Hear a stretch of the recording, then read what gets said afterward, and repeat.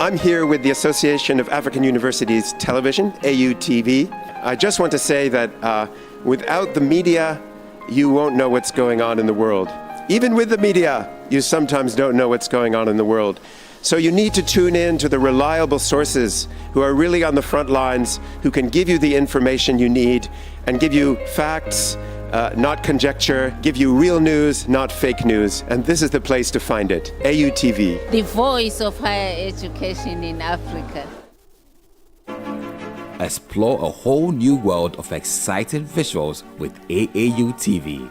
Get ready for a mix of interesting talk shows, interviews, discovery documentaries, and news on AAU TV. It's not just about watching TV, it's about experiencing something special. AAU TV reaches over 25 countries in Africa, bringing you a blend of knowledge and fun. Learn about different cultures as you enjoy the shows. If you have events or want to showcase your business, we've got you covered. Watch AAU TV free-to-air channel on satellite. Connect with us on Facebook, Instagram, and X, formerly known as Twitter, at AAU TV.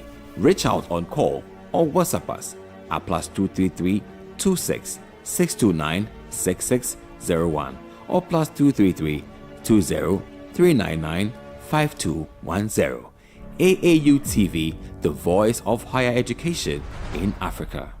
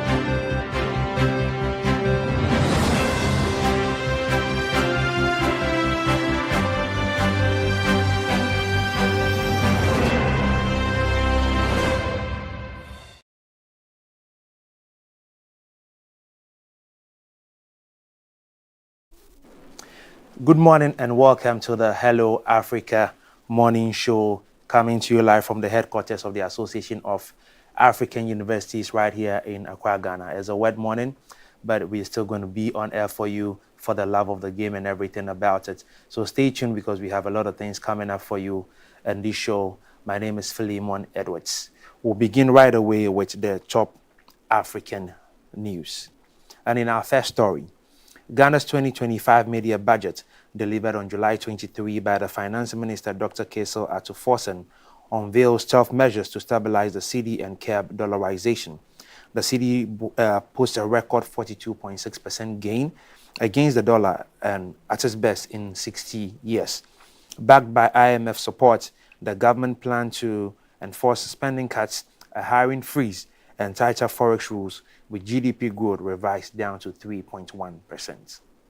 He highlighted the cedi's remarkable recovery, appreciating by over 42% against the US dollar from 17 Ghana cedis to 10.4 Ghana cedis by June, marking the strongest half-year performance in 6 decades. The minister attributed this turnaround to firm fiscal consolidation, investor optimism, and Ghana's adherence to its IMF program, which recently unlocked $367 million in support. While celebrating the rebound, Dr. Forson reminded the nation that Ghana's path to recovery still demands sacrifice. The broader 2025 media budget reveals a downgraded GDP growth forecast, now 3.1%, and ongoing struggles in manufacturing and services, even as agriculture stays resilient. Tight spending controls, frozen public sector hiring, and rationalized subsidies are part of the reform packages aimed at hitting IMF targets. The minister ended on a hopeful note, quoting a popular song to say the cedi has picked up, reflecting renewed economic momentum. But as the government tightens fiscal discipline, Ghanaians are watching closely, balancing hope with caution.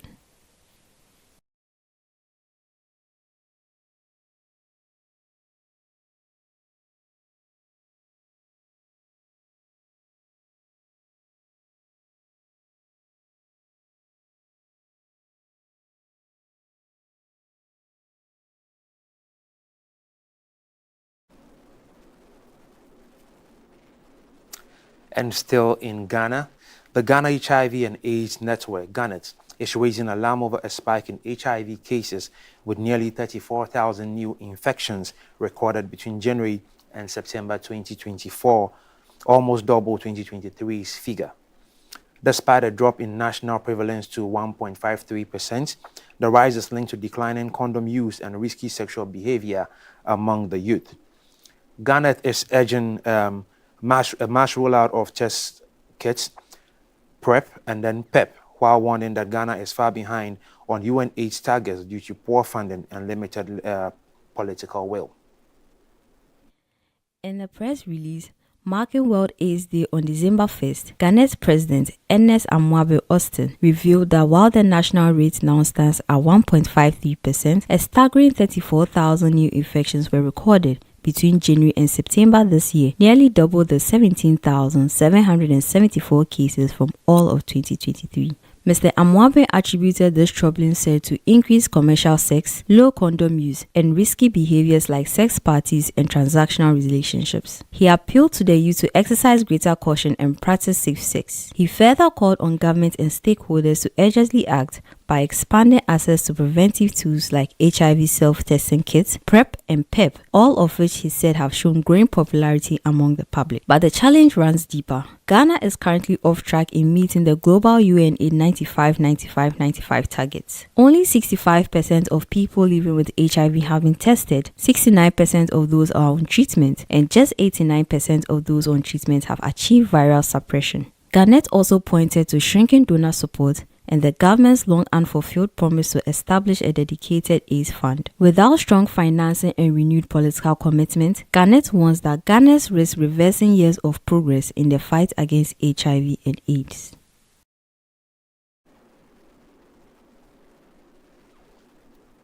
On Wednesday, July 23, 2025, the United Nations World Food Programme, WFP, warned from Niger that over 31 million people in Nigeria are facing severe hunger due to conflict, inflation, and funding cuts as dwindling international aid threatens to halt food support in the most vulnerable areas across West and Central Africa. The crisis is being worsened by the closure of nutrition clinics, displacements, and rising child malnutrition. WFP says $130 million is urgently needed to sustain its operations in Nigeria and prevent further regional instability.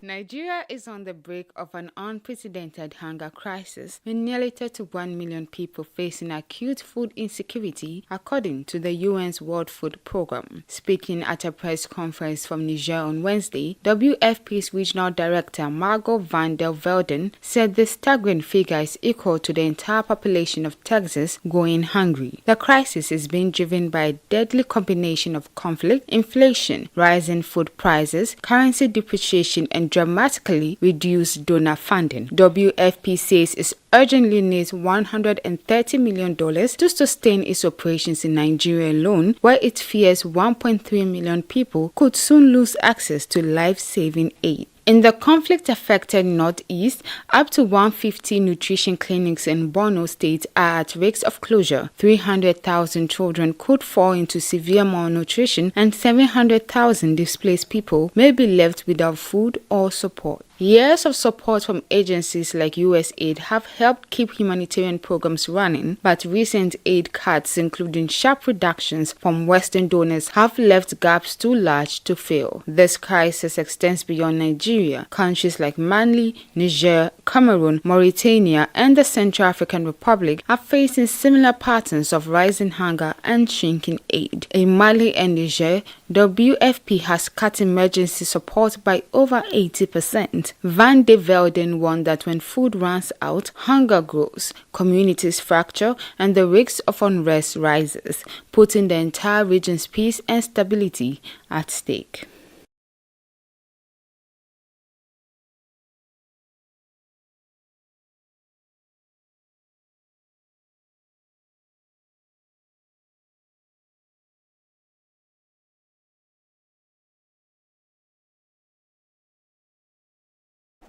The International Criminal Court on Wednesday, July 17, 2025 in The Hague convicted Patrice Edouard Ngaisona and Alfred Yakato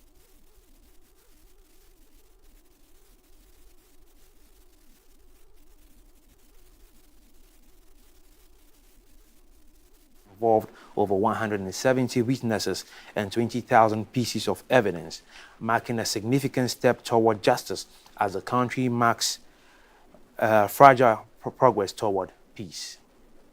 The International Criminal Court has delivered a landmark ruling convicting 2 former militia leaders from the Central African Republic for orchestrating brutal attacks against the country's Muslim population between 2013 and 2014. Patrice Edouard Ngaisona, the former head of the Central African Republic's Football Federation, was found guilty of 28 counts of war crimes and crimes against humanity. His co-accused, Alfred Yekatom, known as Rambo, was found guilty on 20 counts. Ngaisona has been sentenced to 12 years in prison, while Yekatom will serve 15 years. Their nearly 4-year trial featured more than 170 witnesses and over 20,000 pieces of evidence. Both men led anti-Balaka militias, predominantly Christian groups that launched a violent campaign after Muslim Seleka rebels seized power in 2013, toppling President Francois Boazizi. Prosecutors revealed that Ngaisona funded and coordinated the violence, while Yekatom personally led attacks in Bangui on December 5, 2013, a single day in which 1,000 people were killed and half the capital's residents fled. Victims were tortured,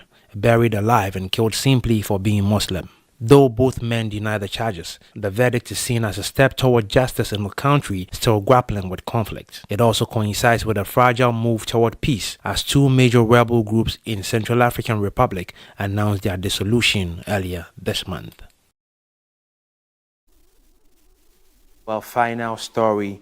On Thursday, Morocco unveiled a nationwide airport expansion plan to be completed by 2030, ahead of co-hosting the FIFA World Cup with Portugal and Spain. The initiative will more than double the country's passenger capacity from 38 million to 80 million annually by upgrading major airports in Casablanca, Marrakesh, Agadir, Tangier, and Fez. Driven by rising tourism and international visibility, the plan includes a $2.5 billion expansion of Mohammed V International Airport in Casablanca, which will get a new terminal and runway. Authorities say this ambitious upgrade will support Morocco's goal to attract 26 million tourists by 2030, up from a record 17 million in 2024. Morocco has unveiled a $4.2 billion plan to expand and modernize its airports, aiming to double its annual passenger capacity from 38 million to 80 million by 2030. The announcement comes as the country ramps up preparations to co-host the FIFA World Cup with Spain and Portugal, an addition that will also mark the tournament's 100th anniversary. The ambitious project includes major upgrades to airports in key tourist cities like Marrakesh, Agadir, Tangier, and Fez. The largest share of the investment, around $2.5 billion, will go into Casablanca's Mohammed V International Airport, where plans are underway for a new terminal and runway to handle increased international traffic. The expansion is expected to give a significant boost to Morocco's tourism sector, which reached a record 17.5 million visitors in 2024. Authorities now aim to welcome 26 million tourists annually by 2030, positioning the country as one of Africa's top travel destinations. With the world spotlight set to shine on Morocco in 2030, the airport overhaul is being seen not just as a logistical upgrade, but as a statement of readiness for a global celebration of sports, culture, and connectivity. And that's how we end our top African news on this edition of the Hello Africa Morning Show. My name is Philemon Edwards. Stay tuned. When we get back, we'll get into our discussion and interviews. Explore a whole new world of exciting visuals with AAU TV. Get ready for a mix of interesting talk shows, interviews, discovery documentaries, and news on AAU TV. It's not just about watching TV, it's about experiencing something special. AAU TV reaches over 25 countries in Africa, bringing you a blend of knowledge and fun. Learn about different cultures as you enjoy the shows. If you have events or want to showcase your business, we've got you covered. Watch AAU TV free-to-air channel on satellite. Connect with us on Facebook, Instagram, and X, formerly known as Twitter, at AAU TV. Reach out on call or WhatsApp us at +233 26 629 6601 or +233 20 399 5210. AAU TV, the voice of higher education in Africa. Keep watching AAU TV, the voice of higher education in Africa. This program is proudly sponsored by Venom Mineral Water, Share the Love, and Bigo Drinks.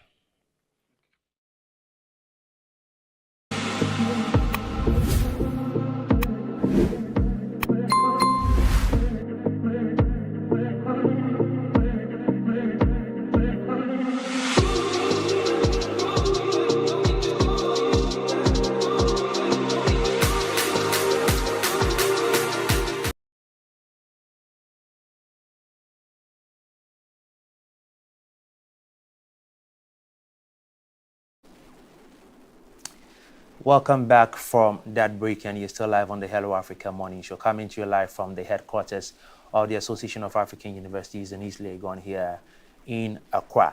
My name is Philemon Edwards, and again this week is a solo ride with me, so stick and stay with me so we can have a good show together. In this week's discussions, number one, the AAU General Conference that ended on Friday in Rabat, Morocco. I believe last week we were able to show you some pictures and videos when the conference began on Monday through to Friday. And we have exciting things to talk about regarding the General Conference. And when we are done with the General Conference, we'll be talking about the AU-EU Youth Makers Hub, which has launched an app, and then we'll go into it and do some discussions as well. And then when we go into lifestyle, there's a lot more interesting things to talk about, including celebrating the life of legendary Ghanaian musician Charles Kojo Fosu, who we also call Daddy Lumba, or DL. So there's many more coming up in this morning's show and discussion. So let me begin straight away with the AAU General Conference, and we'll go a bit into the leadership of the AAU. So a historic leadership shift has taken place in Africa's higher education space. Professor Dr. Kenneth Matengu, Vice Chancellor of the University of Namibia, has been elected as the 14th president of the governing body of the Association of African Universities. The announcement came on July 25, 2025, during the closing ceremony of the 16th AAU General Conference in Rabat, Morocco, where Professor Matengu secured 67.1% of the votes, beating Professor Mohamed Rashid of Mohammed V University. Professor Matengu now leads the AAU, which represents over 400 universities across the continent, championing academic excellence, quality assurance, and collaboration to support the AU's Agenda 2063 and the UN Sustainability Development Goals. He also serves as president of the Pan-African University Council, and this is his second term as UNAM Vice Chancellor. His election signals a push to harmonize Africa's education systems, including plans to fast-track a continental credit transfer system to improve mobility between Francophone, Anglophone, and Lusophone institutions. So that is it, and we want to say a big congratulations to Professor Matengu, who is the Vice Chancellor of the University of Namibia.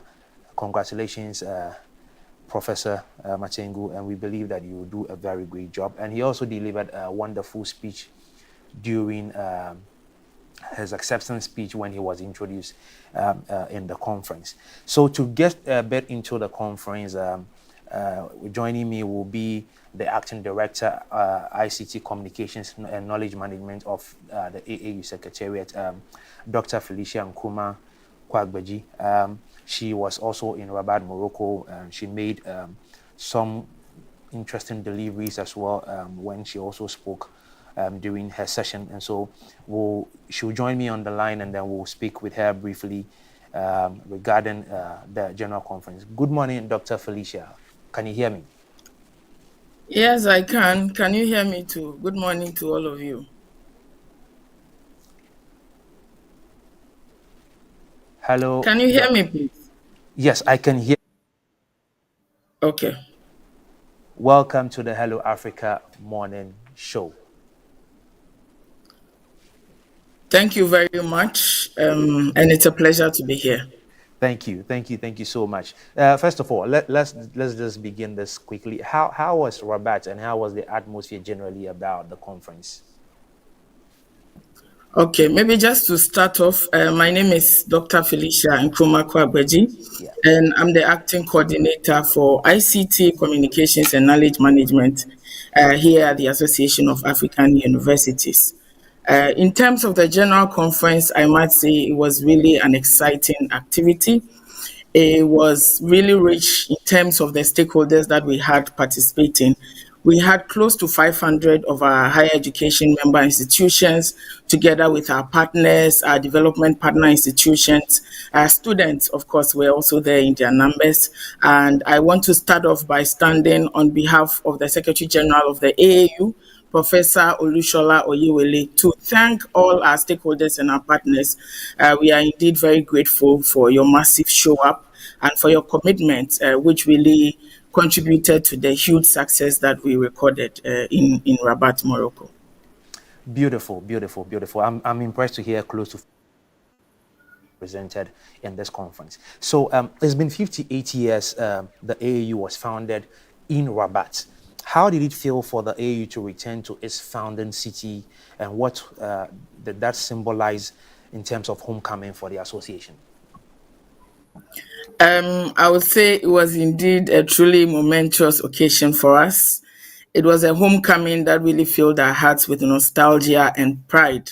And as we gathered for the general conference, we're really reminded of the humble beginnings of our association, the vision of our founding fathers. And it was good in terms of symbolizing how far we have come, returning to our roots, which really reminded us of our shared history, our collective achievement, and really the enduring legacy of African higher education. And it was really glad again in terms of the bold course and the commitment that we charted together for the future of the higher education in Africa.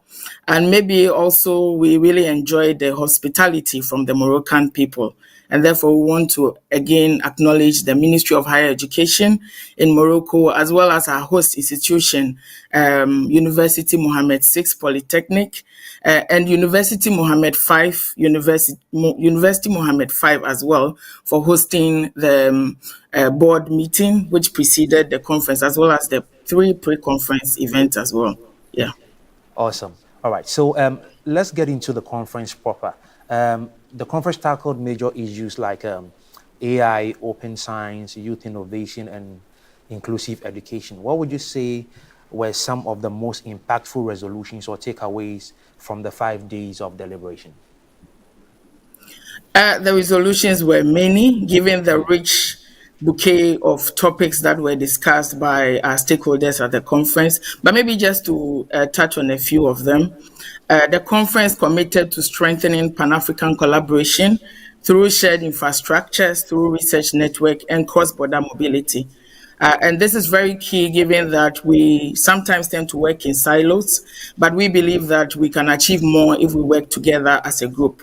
Again, the conference committed to advancing inclusive higher education by achieving 15% enrollment of women, refugees, and persons with disabilities by 2030. And this was a special call, given that we need to ensure inclusivity is prioritized in our various activities that we undertake as higher education stakeholders. Again, the commitment to reclaim knowledge sovereignty through the Diamond Open Access and through the African Platform for Open Scholarship, which is currently hosted by the University of Cape Town, but is being supported to scale it up to a continental level to be hosted by the Association of African Universities and other key partners. And we think this is very important, given the huge charges that come up when researchers need to publish, their research findings and make it widely more accessible to everyone else to enrich the knowledge space. So therefore, the conference really committed to the aspect of reclaiming knowledge sovereignty. Again, there was a focus on embedding digital and AI literacy as core skills for staff and for students. Okay. AI, there's no way we can run away from AI, and so we really a deep dive on this. Okay, thank you. Right. Thank you so much. So with regards to the leadership and strategic vision, the AU now has a new board president together with a new team.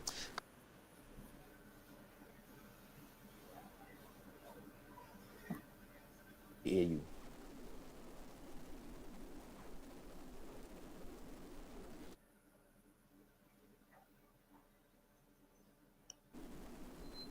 Hello. Yes, can you hear me, please? Yes, it's better now. Right. So I was Thanks. asking, in terms of leadership and strategic vision, the AU has a new board and then a new president. Can you tell us a bit about the newly elected president and what this leadership change means for the future of the future direction of the AAU? So as AAU, as per our statutory requirement, after every 4 years, we need to swear in a new governing board to drive the future direction of the association. And that is what happened at the General Conference. And we are very excited to have a new president as well in the person of Professor Kenneth Matengo, who is currently the Vice Chancellor of the University of Namibia. And he's bringing in a wealth of experience together with the new board that were sworn in as well, and a vision to lead the association. And mainly, as highlighted in his acceptance speech, he indicated being committed to driving AU's mission to promote quality education, to promote research and innovation in Africa. And we are hopeful that under his leadership, he's poised to focus on fostering relevant and responsive higher education and ensuring, high quality research and innovation. So we really wish him the very best and know that with him as our leader, the association is poised to transform higher education in Africa and its contribution to the sustainable development goals. Great. So I believe everybody in AAU will join their voices to Dr. Felicia Nkrumah Kwagbeji to say congratulations to Professor Matengo. So Dr. Felicia, before you go, with such bold goals laid out like embedding digital literacy, growing innovation hubs, and increasing enrollment inclusivity, how is the AAU planning to ensure these resolutions are tracked and implemented across member institutions? Okay, I think one key thing the Secretary General said, this is Professor Olushola Oyewele, was that to ensure that we track these commitments we have put ahead of us, a task force was going to be set in place. And it will be the role of that task force to oversee the adoption of the resolutions, focused on embedding digital literacy, growing innovation hubs, and the various other resolutions that you mentioned. Also, just to reaffirm that there's no way AU would achieve this working alone, and therefore we are going to work closely with our member institutions, with our development partner institutions, including African Union, UNESCO, and the various development partner institutions that AU works with to implement these resolutions. And we believe that by doing this, we will really be holding ourselves accountable in such a way that come 4 years at the next General Conference, we would be able to have key deliverables that we can report. And beyond just implementing this, we would love to see the actual impact on society as well.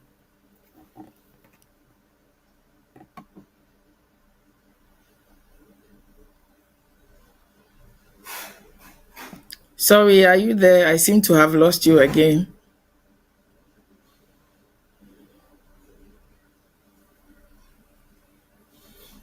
Hello.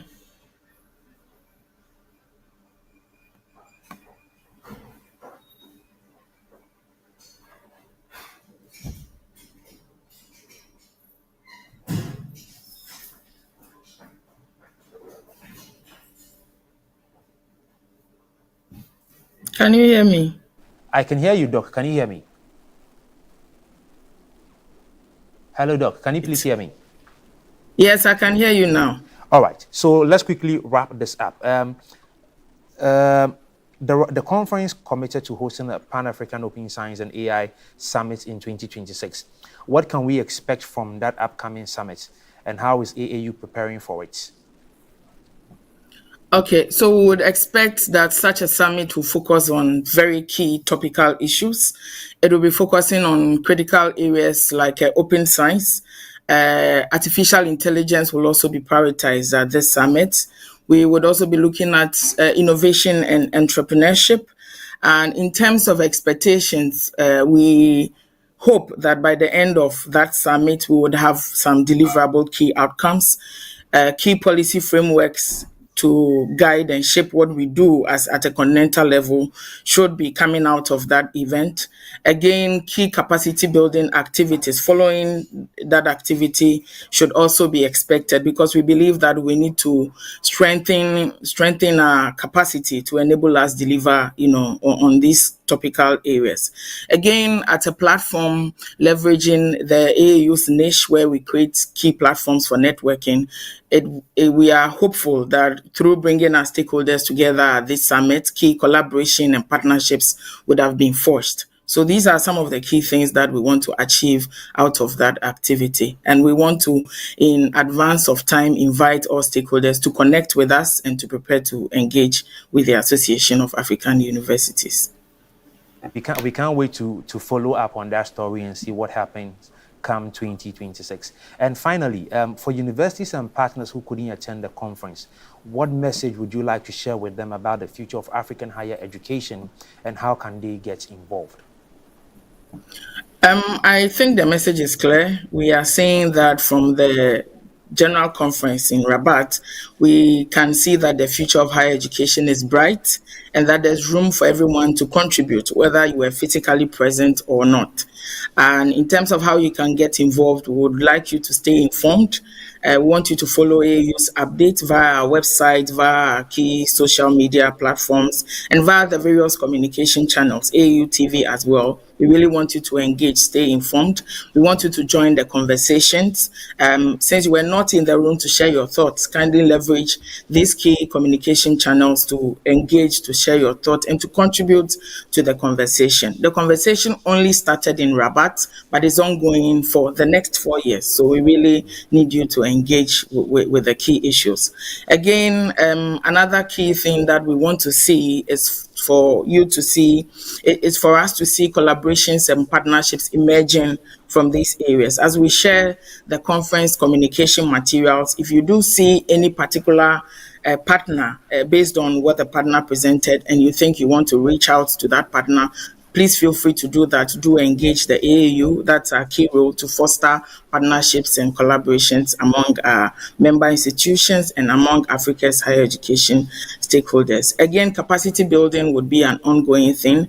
There were a number of impactful initiatives that were rolled out at the General Conference, one of which being a training for ICT directors, a training for non-faculty team members in higher education institutions. AAU also launched its AFRIT, and we really want you to engage, to collaborate, and to partner with us as we jointly implement these initiatives.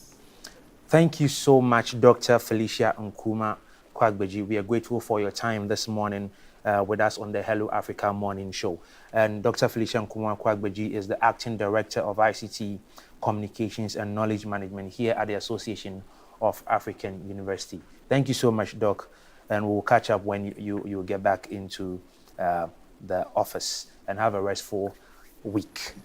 All right, so okay, that was our conversation with our head of ICT and communications and knowledge management here at the AAU, live on the Hello Africa Morning Show. And we've been talking about some interesting things that happened in Rabat, Morocco last week. Dr. Felicia has just shared with us the interesting conversations on various topics that happen, including digital innovations, AI, open science, and all of these things that the higher education space in Africa is beginning to hold and champion along for the next 4 years. And also there's a new governing board led by Professor Machengu, who is the Vice Chancellor of the University of Namibia. So like Dr. Felicia said, the conversation just started in Rabat, Morocco, and it's going to be going on for the next 4 years. So for those of the institutions and partners who were unable to make it to Rabat, this is your opportunity to connect with AAU. You can follow our channels, our spaces, make your way to the AAU headquarters in East Legon in Accra, and then just come here and let's partner with ourselves and have some great conversations and get things going in the space of higher education in Africa. In our next story, the AU and EU Youth Makers Hub have launched an advocacy app. So we introduced the AU Youth Voices Lab app, a transformative platform created under the Power of Collective program, co-funded by the European Union and co-created with voices of over 10,000 young people across Africa and Europe. Designed by Youth Makers Hub alongside partners like Oxfam and Restless Development, the app is more than just a digital space. It's a youth-led movement. It empowers young users to create advocacy campaigns, access free training and certifications, and share their impact stories. All are in English and Arabic with offline functionality and AI translation tools to ensure no one is left out. Now, with features like low data usage, social media integration, and accessibility tools, this app is reshaping how young people engage with leadership and each other. So coming up, we'll hear directly from Sylvia and Peace, who will break down the app's mission, the accessibility features, and the powerful create, learn, share functions that are turning young voices into collective action. Can you hear me, Sylvia and Peace, if you are connected now, please? Yes, good morning. We are connected. Can you hear Hello, us? Sylvia.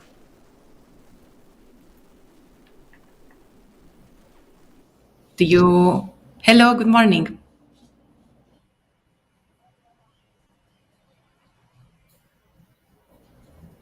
I can hear you. Good morning. This is Sylvia.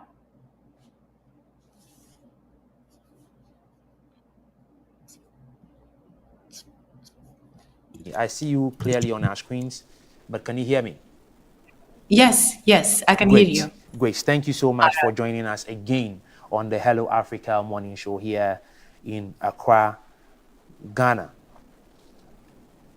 All right, so we want to get straight into this app that the AU Youth Voices Lab have launched. So tell us briefly, can you tell us about the AU Youth Voices Lab, the Power of the Collective program, and how the app fits into its mission? Yes, of course. Thank you again, Philemon, for having us for a second time. We are very excited to be here today to promote the mobile application that just launched, also together with my colleagues, Peace and Stefanos, that will join us. Let me start by giving a very brief introduction to the program, as you also very nicely did before. So this is the AU Youth Voices Lab, part of the Collective program. It is a 4-year initiative that is co-funded by the European Union and also developed in collaboration with the African Union. We are aiming to build an inclusive, youth-responsive society across Africa and Europe. And this program is targeting specifically young people aged between 15 and 35 years old with policy advocacy, youth-led research, digital innovation, and intercontinental dialogue. At the same time, we're working together with decision-making institutions and organizations at local, regional, national, and international level to ensure they become also more youth-friendly and responsive to young people's needs. As you mentioned, the program is implemented by a consortium of 5 partners. We are representing here today Youth Makers Hub. We are also working with Oxfam International and Oxfam in Africa, Restless Development, Search for Common Ground, and ComDev Africa. Youth Makers Hub specifically is the lead partner responsible for the communication, dissemination, and visibility of the program.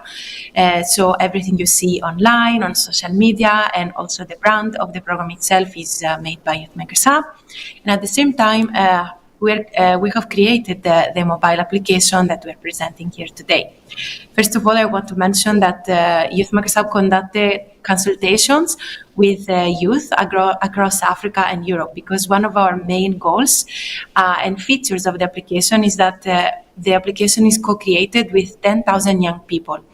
And this is something extremely innovative, and it's the first time that this has been done, and is being done right now. So we're very proud of this. Awesome. All right. So one of the things I'm interested in knowing is you have included 10,000 young people in creating this app. How did you manage 10,000 people at a go to create this app? Of course.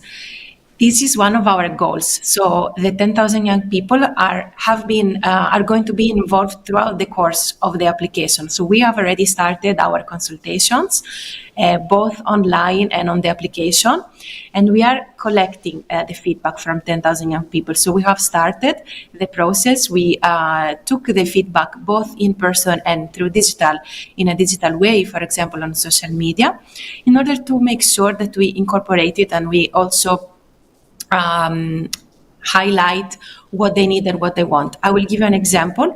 Our application has a learning function, and the courses that are currently available for the users, so for the users of the application, have been selected by the Youth Advisory Board members, that are 15 young people, young representatives that have been selected as a body operating inside our program. This is just one of the many examples, and all the features, all the future development of the applications will be decided directly by the community and by the users. That's why we invite all the young people to download the application and participate into this.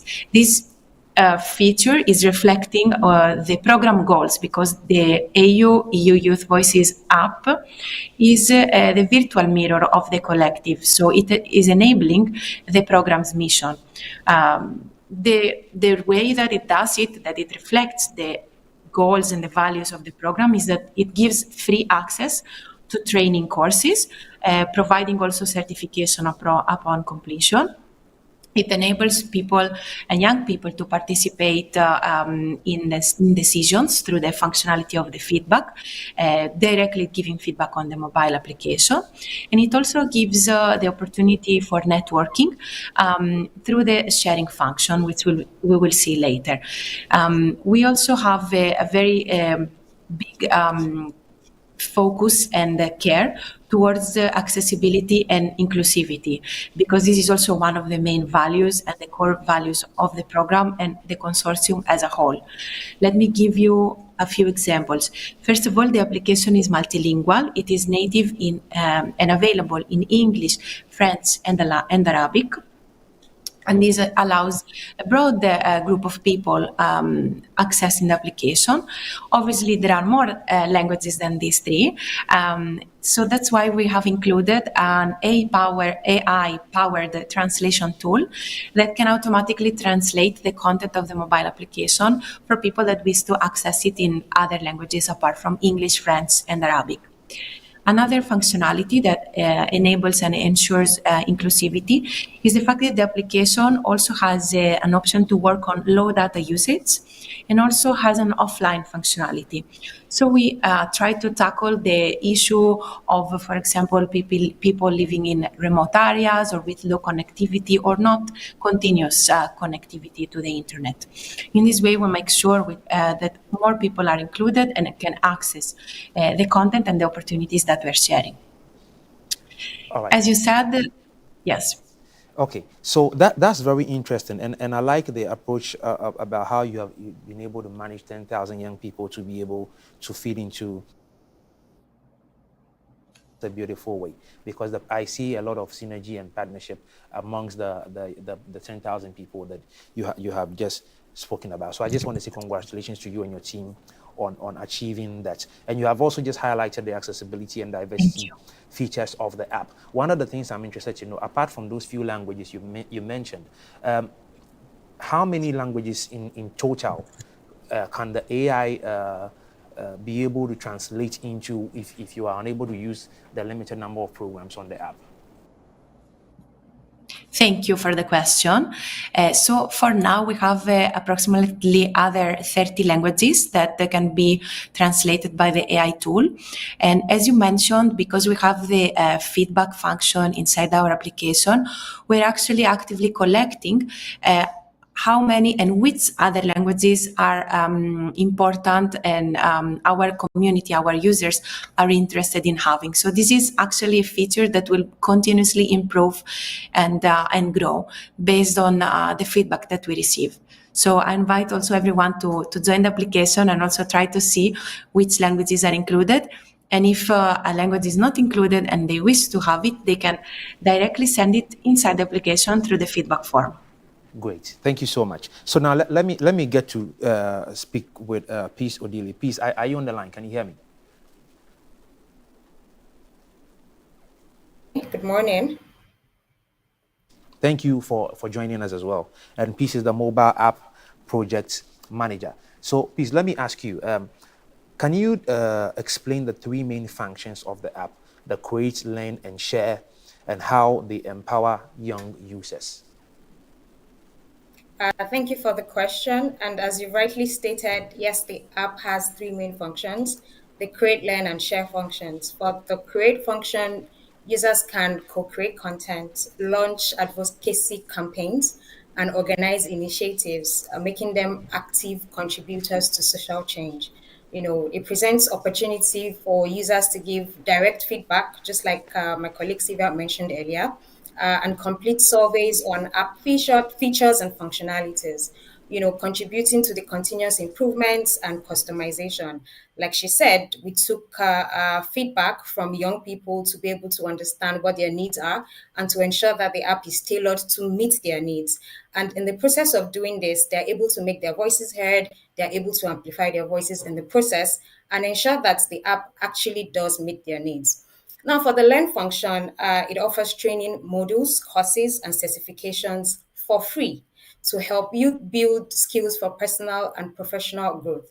It allows users to learn at their pace, because they're able to track their learning time, they're able to view their completed lessons and assessments. And with this, they're able to monitor their progress and strive for improvements because the more you take courses, the more you can see your timing, and then you would want to be able to beat the previous record that you have, for yourself. The third function, which is the share function, it allows users to amplify their voices by sharing achievements and advocacy efforts on social media, creating a digital ecosystem for collective action. It offers unrestricted access to career and funding opportunities, facilitating networking with peers on different experience levels within shared interest groups and enabling social media connections, thus strengthening the program's community of practice. Just to say a bit more about this, at the point of sign up on the app, you're expected to select your preferred interest and also select your experience level. So if you're a founder, if you are an entry level, if you're a volunteer, you're able to pick all of that. And based on your interest, you are automatically matched into groups with persons, also interested in those interests. And that way, you're able to connect with them because their socials are directly connected to the app. And then you can have conversations outside of the app and just ensure that, there's sustainability and whatever a network you build on the app, you can also take it and ensure continuation. Thank you. Yeah, I like the fact that there's basically unlimited or unrestricted access to what you can learn from this app. But when it comes to restrictions again, is there any age limit in terms of usage for anybody that wants to access this app? Okay, for this, the program itself is centered around youth between the ages of 13 to 35. So as much as it's not restricted at all, there's no restriction, anybody can use this, including teenagers. So we know that, yes, anyone can have access, anyone can decide to take courses. It's not restricted at all. Although the program is focused on the ages of 13 to 35, but everyone can decide to use the app. Awesome, that's beautiful. Then that means that's good news for anybody that's beyond the age of 35 going into 40, because as far as I'm concerned, learning is not anything anybody has to be restricted from. So let me come to you, Stephanos, if you are on the line. Can you hear me, Stephanos? Stephanos is the communication specialist for the AU-EU lab. Can you hear me, Stephanos? Yes, good morning. I can hear you. Can you hear me? I can hear you. Thank you so much for joining us. So I've been speaking with two of your colleagues, and then particularly with Sylvie, I did learn about the consortium of 5 partners who are working with you. Is there room for more partners if they are willing to join the conversation for the AU-EU Youth Voices Lab? for the EU AU Youth Voices Lab or the collective as in a program. There is no room for other people to join because this is something that has been starting to implement from it goes until 2028. So it is a fixed structure for now. However, through the app, there is the possibility for organizations and young individuals to connect, create partnerships. Maybe so something that was not mentioned. In the framework of this program, there are funding opportunities for youth-led initiatives. So this means that we encourage young people to either form or to support their existing organizations towards It's breaking. youth work and in making Africa and. All right, Stephanus, your connection is a bit not so stable. Can you reposition so we can hear you clearly? Because what you're saying. Can you hear me, Stephanus? If you could kindly Sorry for that. Can you hear us? slightly to help the connection, it will be really helpful. Of course, yes. I'm sorry for that. Great. All right. So thank you for my colleague what you have Sylvia just delivered so far. So it's interesting to know that there's room for partnership in the future. So if people are interested in partnering with you, what is the procedure if they are going to be able to do that?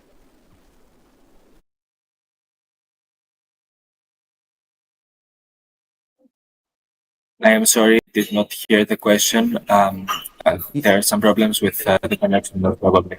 Okay, I'm sorry about that. So I was just saying that you did mention that in the future there's room for partnership. So I'm saying that if there's anybody that's interested in partnering with the AU lab, what is the procedure and how can they reach you? So we are people can follow us on social media. They can connect with us. We can connect through the app as well. So this is why we encourage people to get the app. It's very easy to connect and to form partnerships. And through our social media, we also issue all the calls for together for funding or for connecting or for creating partnerships. So number one is follow us on social media, interact with us, let us know about your projects, let us know about ideas and the calls for applications. And then we have the app through which people can interact both with us as a program, but also with each other. So they connect and create partnerships and alliances through this.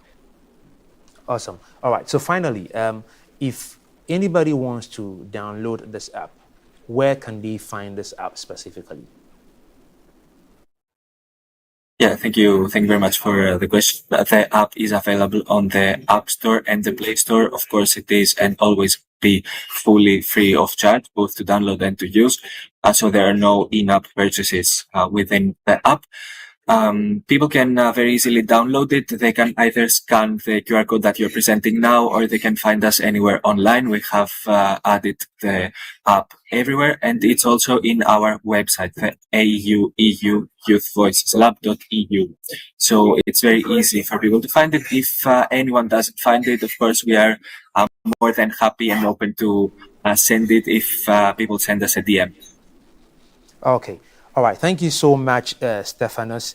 So we'll bring the discussion to a close here. And I just want to say congratulations to all of you at the AU Lab for making this possible, especially managing over 10,000 people to be able to put this app together and making it an all-inclusive thing between Europe and Africa. So I've been speaking with Sylvia Diazi, who's the Communication and Dissemination Manager, Stephanus Tagakis, who's the Communication Specialist, and Peace Odili, the Mobile App Project Manager with the AU Lab. Thank you so much for joining us on the Hello Africa Morning Show, and we wish you all the best going forward. All right. So we'll go for a quick break, and when we return, we will get into some interesting things, and then we'll go into the lifestyle. Stay tuned. We'll be back. I'm here with the Association of African Universities Television, AUTV. I just want to say that without the media, you won't know what's going on in the world. Even with the media, you sometimes don't know what's going on in the world. So you need to tune in to the reliable sources who are really on the front lines, who can give you the information you need and give you facts, not conjecture, give you real news, not fake news. And this is the place to find it, AUTV. The voice of higher education in Africa.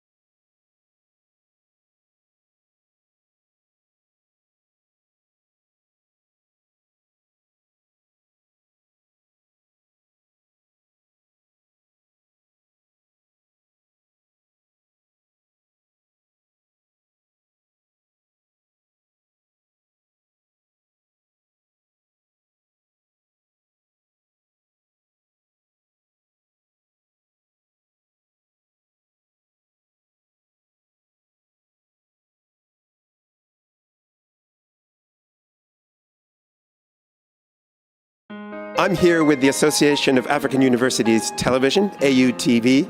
I just want to say that without the media, you won't know what's going on in the world. Even with the media, you sometimes don't know what's going on in the world. So you need to tune in to the reliable sources who are really on the front lines, who can give you the information you need and give you facts, not conjecture, give you real news, not fake news. And this is the place to find it, AUTV. The voice of higher education in Africa. Explore a whole new world of exciting visuals with AAU TV. Get ready for a mix of interesting talk shows, interviews, discovery documentaries, and news on AAU TV.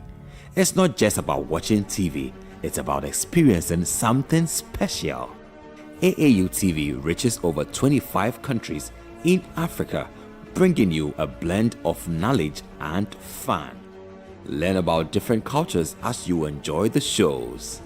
If you have events or want to showcase your business, we've got you covered. Watch AAU TV free-to-air channel on satellite.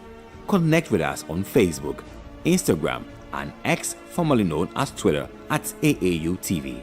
Reach out on call or WhatsApp us at +233 26 629 6601 or +233 20 399 5210.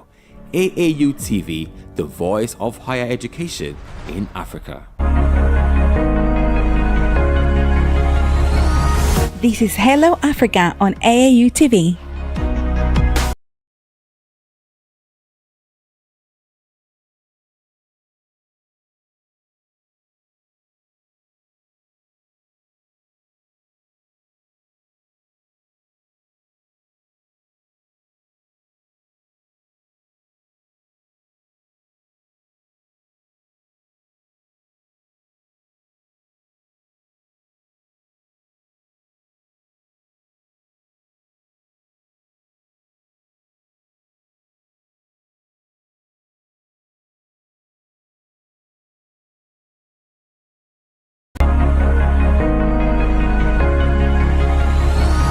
This is Hello Africa on AAU TV.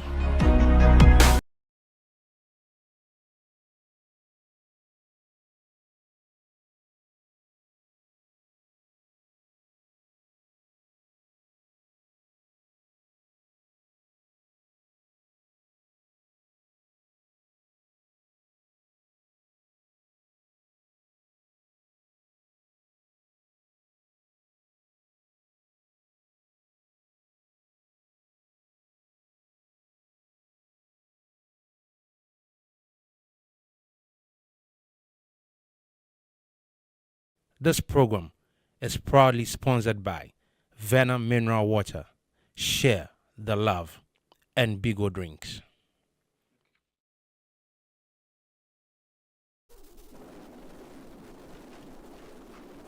Welcome back from that break, and we'll get on still with some interesting stories. And let's do a little bit of women's football, because over the weekend there was the final of the WAFCON and the final of the UEFA Women's Tournament. So in one of the most thrilling Women's African Cup of Nations finals to date, Nigeria Super Falcons pulled off a remarkable second half comeback to defeat host Morocco 3-2 in Rabat, sealing their record-extending 10th WAFCON title.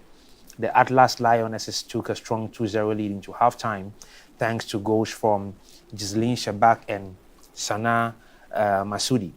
But Nigeria roared back in the second half, where Esther Okoronko converted a penalty in the 64th minute. She set up for Lamide for the equalizer, and then later assisted Jennifer Echegini in the 88th minute for the winner. And you can see the video rolling in on your screen right now. The comeback left Morocco's 21,000 strong home crowd stand in silence, while the Nigerian bench erupted in emotional celebration as the final whistle confirmed their victory. The Super Falcons dubbed their journey Mission X, and this win, with this win, they not only reclaimed the title, they last won in 2018, but also maintained a perfect record in the WAFCON final. So we want to say a big congratulations to our Nigerian people who, especially the Falcons, who have won their 10th WAFCON title. What an impressive record. And we'll say same congratulation messages to the Black Queens as well, who came in third over the weekend as well, and they have already arrived back in Ghana. Now, still on football, in the UEFA Women's competition, one of the finest sensations in women football in Europe, 19-year-old Michelle Agyemang, who is of Ghanaian descent, is making headlines after playing a key role in England's historic victory at the UEFA Women's Euro 2025. The young forward delivered a stand-up performance throughout the tournament and was instrumental in securing England's win. Once a ball girl during Euro 2022, Agyemang's rise to the national team spotlight has inspired many. Her pace, power, and finishing skill have marked her as one of the breakout stars of the tournament. Michelle Agyemang scored a last-minute equalizer against Italy in the semi-final, and then a key goal also against Sweden in the quarter-finals. So her goals have helped England reach the 2025 Euro final against Spain. And then they eventually won that game on a penalty shootout. And she was also voted as the best young player of the tournament.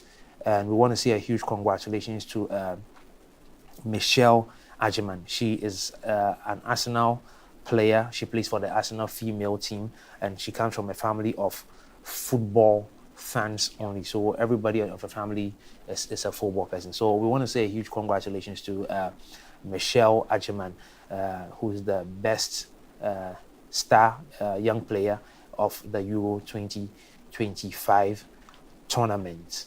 We will get straight into our lifestyle segment, and we want to begin that, unfortunately, on a sad note. Ghana is unfortunately mourning the loss of one of its finest musicians, whose name is Charles Kojo Fosu, also known as Daddy Lumba in showbiz, and in recent times, some people call him DL. We'll be back with the details of the story when we get back from this break.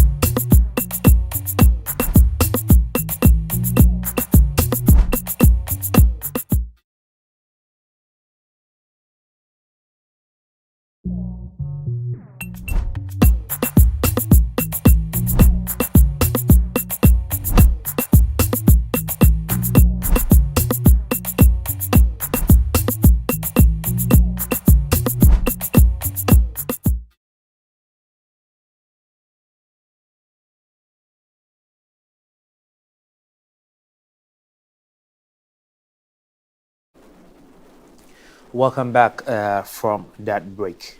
So Ghana is mourning the loss of a national treasure. Charles Kojo Fosu, affectionately known as Daddy Lumba, has passed away at the age of 60 after a short illness.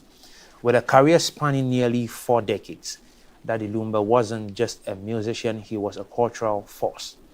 Known for timeless hits like Aben Waha, Sikasem, and Wohochere. His music explored love, heartbreak, wealth, forgiveness, and societal truths. He released 33 albums and over 200 songs, earning him a place as one of Ghana's most prolific and beloved high-life artists. Tributes have poured in from leaders, artists, and fans alike. President John Dramani Mahama called him a musical genius whose songs were the soundtrack to our lives. Former Vice President Dr. Bawumia also described his passing as a huge blow to the entire country. Daddy Lumba last performed in February during a special Valentine's Day concert and had been preparing for a tour in the US and Canada later this year. He had only recently appeared at a Republic Day event with President Mahama. As Ghana reflects on the life of this iconic figure, his family has requested privacy while funeral arrangements are being finalized. But one thing is certain, Lumba's legacy will live forever in the hearts and playlists of generations to come. So we want to say, want to send our heartfelt condolences to the family of the late Charles Kojo Fosu, also known as Daddy Lumba. In 1993, he released an album, and on that album was a song, that's the Bibijijo album, and on that album, he had a song titled Makramo. Makramo in Twi basically means farewell. So it's interesting to see that after many years, that song, which has been played severally at many funerals and many occasions in Ghana and abroad, somehow, some way, is going to be played for the one that sang the song. But let's enjoy this video that is coming up on our screen right now from one of his very interesting songs that he played, and we'll also talk about some more tributes that have poured in for him.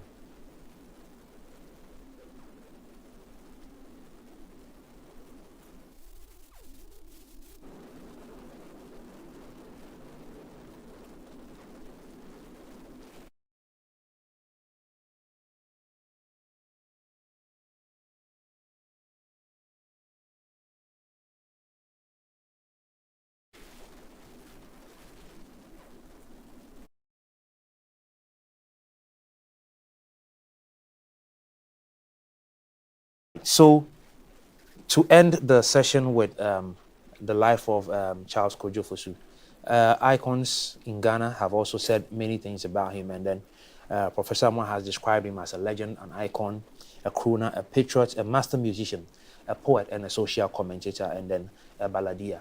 Because absolutely, when you listen to Lumba songs, whatever you're going through in life, one way or the other, you find a song that you can resonate with. On this note, everybody here at AAU wants to join their voices to say rest in peace to Charles Kojo Fosu, and then we want to say, send our heartfelt condolences to the family of the late singer. All right, we'll move on to the next story. We're going straight to Nigeria, and Nigeria's Obafemi Awolowo University, OAU, in Ile-Ife has made headlines this week after issuing a fresh list of fashion and behavioral restrictions for students, with possible penalties including suspensions of up to 2 semesters. The new code of conduct bans what the university calls indecent dressing and misconduct. Items on the no-go list include tattered jeans or ripped jeans, sagging trousers, crop tops, jam tops, heavy makeup, and visible tattoos. Beyond dress, the policy also warns against public displays of affection, including hugging and kissing, especially between members of the opposite sex. The university's administration insists the rules are necessary to uphold discipline and protect academic focus. But online, the move has sparked mixed reactions, with some defending the right to self-expression and others supporting the push for conservative values. This raises a broader conversation, and many people are talking. So should universities police personal style and relationships? And where is the line between discipline and personal freedom? Recently in Ghana, we had a similar situation in the University of Professional Studies in Accra here, where in a viral video, a student was probably harassed or being sent out of a lecture hall because she wasn't properly dressed. What do you think about this? You can send in your comments on +233 266 296601 and join the conversation. With fashion and function in the school setting, what is your ideal opinion of what a student should look like?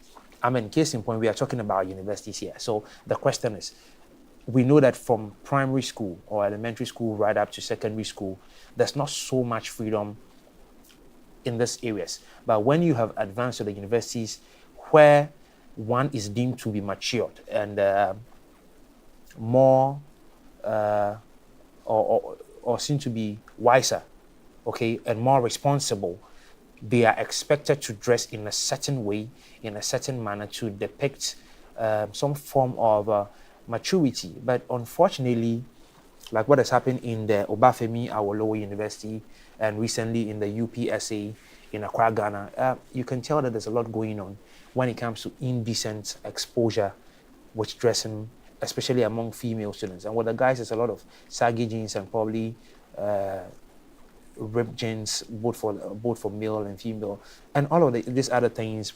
Even somehow, some way, the wearing of earrings from even guys, because in an African setting, it's not really a thing that is highly spoken of. So, what is your idea of the proper appearance of anybody who is a student in the universities? Do dress codes help maintain the order, or at the university level, are dress codes outdated? What do you think about that? Should schools also adapt to evolving youth culture? Should the schools begin to think that, okay, we are in the 21st century, a lot is changing when it comes to how people appear and all of that, so maybe they should rather let their guards down when it comes to restrictions on dressing and all of that, even if the university should allow that? The question is, what is going to be the implication? Because the young ones are the ones we refer to as the future leaders. So are the future leaders allowed to be dressing anyhow? And indeed, if you see yourself as a leader, is that the right way to go? Now, beyond fashion and the school setting, let's go to let's talk a bit about the display of affection. Is it too far? So you're in school, you have a boyfriend and a girlfriend on campus, and you have just met each other. Let's say probably school has reopened and you have just met each other on campus. Is it too far to say you're going to kiss your girlfriend or boyfriend, or you're going to hug them? What is the big deal in this? I'm sure people will be asking that. Then again, you are students, you're supposed to be concentrating on your academics. So what is your business in trying to find relationships and then doing what your parents will do when these same parents are the ones taking care of you? It's a huge conversation. So is banning hugging and kissing a realistic thing? Is it even necessary? If we decide to let our guard down, will these students be able to take care of themselves, knowing that they can be disciplined enough not to go beyond kissing and hugging? Because from some unofficial news, there are students who live on campuses and they are cohabiting. So parents don't know that their children who say they are living in hostels are living as husbands and wives on campuses. And this is a major issue. How should institutions approach morality in the mixed gender space? Is a big deal, because we say they are university students, they are adults, and so they are supposed to be wiser more reasonable, and they should be able to take care of themselves in the absence of their parents. But your guess is as good as mine. What is the intent behind these rules? I mean, who gets to decide what's indecent and what is decent? Is a big deal. Who gets to decide that? Because in my opinion, I'm thinking about the adult who is in the university, and probably for the sake of some level of ego, because they think that they are going up, they sometimes do not even want to listen to their parents. So who decides if what they're wearing is indecent or not? The parents, the school, the same young adults that's in school? Well, you can answer that in the comment section. Or you can send me a text on 2 + 233 266 296 01. Now, are students being consulted on such policies? Must they even be consulted? I mean, that's the big question. Because if they are the ones, in quotes, flouting the rules, must they be involved in making policies when it comes to how they appear in school? Should youth voices shape campus culture? My guess is yes, because they are the ones who are attending the school. Maybe without them, these schools will not function. So obviously, their voices matter. All right. So we'll go into our next story in this lifestyle segment. And it's quite an interesting one. Can you imagine a mosquito net? I'm sure you know what a mosquito net is. Usually, it is supposed to be around your bed or sleeping area to protect you from mosquitoes. But unfortunately, something interesting is happening in Uganda. Let me get into the details of it. So in one of the more bizarre twists in fashion, authorities in Uganda are raising alarm over a surprising trend.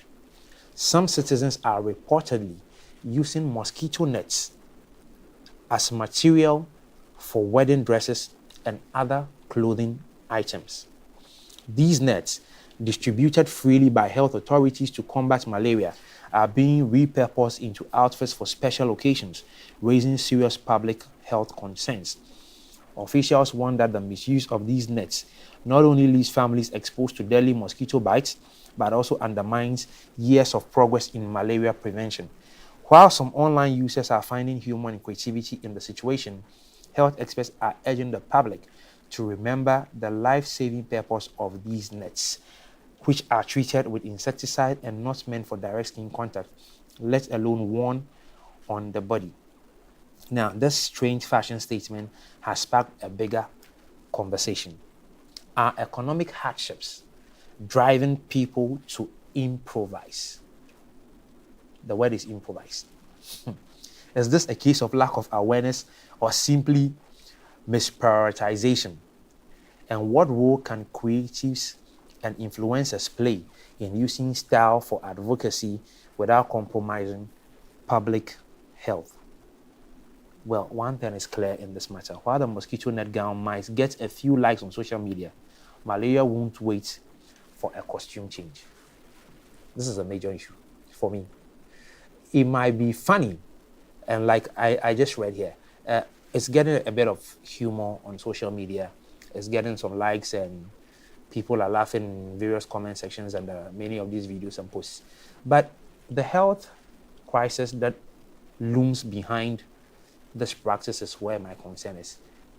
It is jeopardizing the long-standing fight against malaria over the last few decades, because the fight against malaria is still not over yet, because malaria is still one of the major concerns in Africa. Just take a look at this video and you will understand the details of what I'm talking about.